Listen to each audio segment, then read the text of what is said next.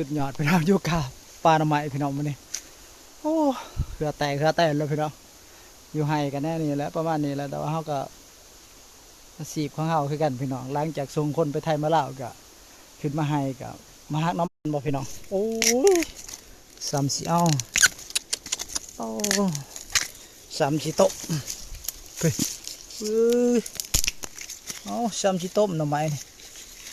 เดี๋ยวเมื่อตุ่มบ่ชอบพี่น้องหน่อไม้โอ้จะเบิ้งน้ำมีแต่หน่อไม้พี่น้องสามสี่เอาหน่อไม้มาหาหน่อไม้พี่น้องวันนี้ส่งลูกค้าแล้วก็ไปหาหน่อไม้โอ้มีแต่หน่อไม้พี่น้องนี่ใหญ่โพดตีพี่น้องเบิ้งมันใหญ่โพดว่ะบ้าเถอะ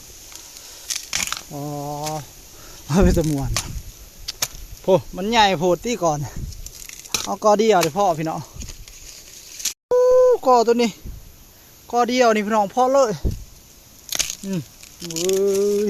ตัวนี้ยังบ่เอาได้สำนี้แน่นอนสำนี้บ่ได้ป้าเอาแต่สำนี้หน่อไม้